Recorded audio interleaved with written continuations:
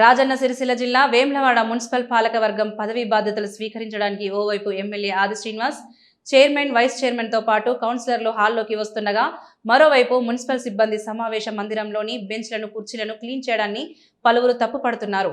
పదవీ బాధ్యతలు స్వీకరించే కార్యక్రమం ఉందని తెలిసినా కూడా మున్సిపల్ సిబ్బంది నిర్లక్ష్యంగా పనిచేయడాన్ని కౌన్సిలర్లపై ఆగ్రహం వ్యక్తం చేశారు.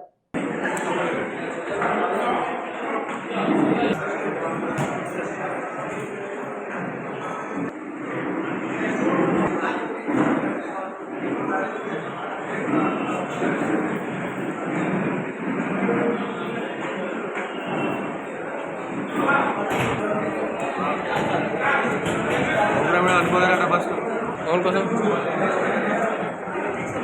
నా కోసం వచ్చిందా?